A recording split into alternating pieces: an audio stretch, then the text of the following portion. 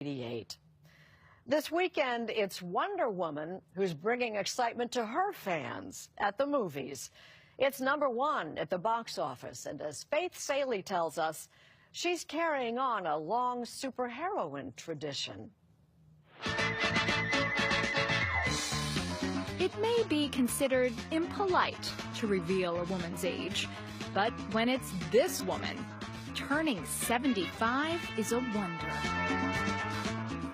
Born in 1941, Wonder Woman, along with her predecessors Superman and Batman, are the only superheroes to be in continuous print since their debut.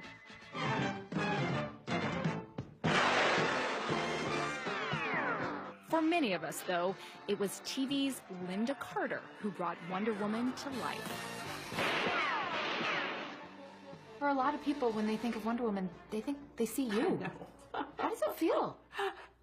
It's bizarre. It is, it's humbling, honestly, particularly after all this time. I don't really think that I'm Wonder Woman, by the way.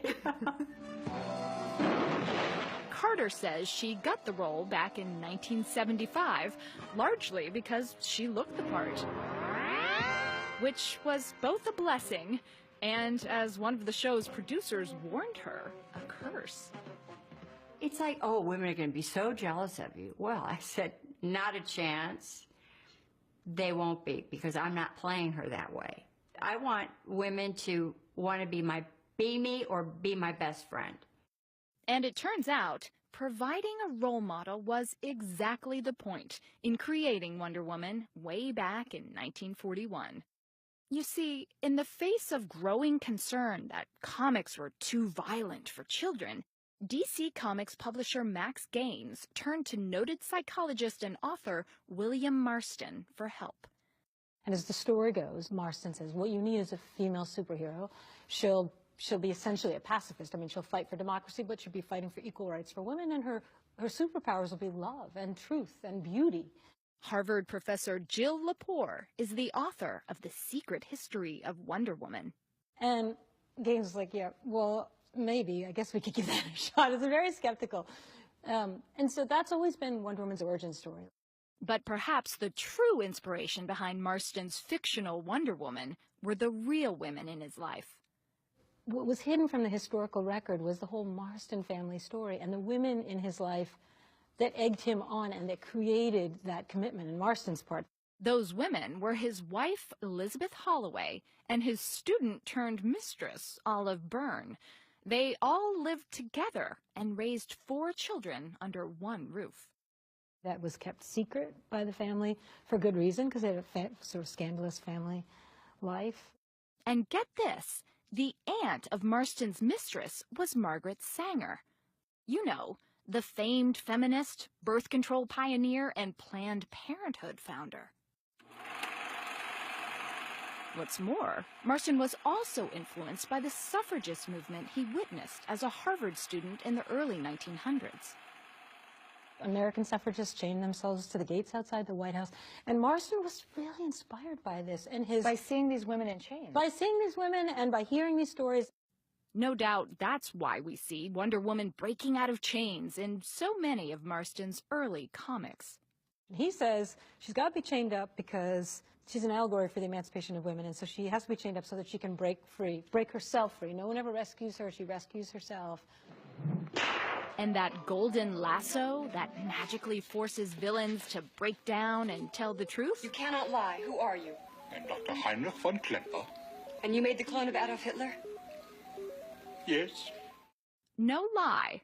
Psychologist Marston was one of the early pioneers of lie detection.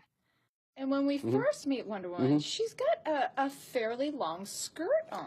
Actually, it's not a skirt. As archivist for DC Comics, Benjamin LeClaire takes even Wonder Woman's wardrobe seriously. It's actually culottes. There was a big debate about this. So not heroic. Well, no, it's actually heroic. It was Elizabeth Holloway Marston, Mrs. Marston, said she can't have a skirt.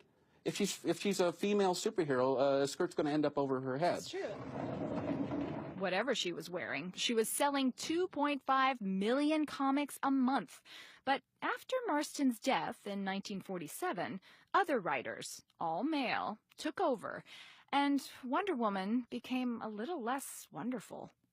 The way that Wonder Woman has changed demonstrates what our culture was thinking women should be in each kind of era. It's what I love about comic books and really all art forms. They're mirrors on where we were in society. It wasn't until 1972 when women's rights activist and Wonder Woman fan Gloria Steinem put her on the inaugural issue of Ms. Magazine that Wonder Woman got her star-spangled groove back. And now, Wonder Woman is beating up the bad guys and box office records as well. A battle will never be fair! Her silver screen debut, starring Israeli actress Gal Gadot, was the biggest opening ever by a female director, Patty Jenkins. Proof that after 75 years of heroics, Wonder Woman's real superpower is the power to inspire.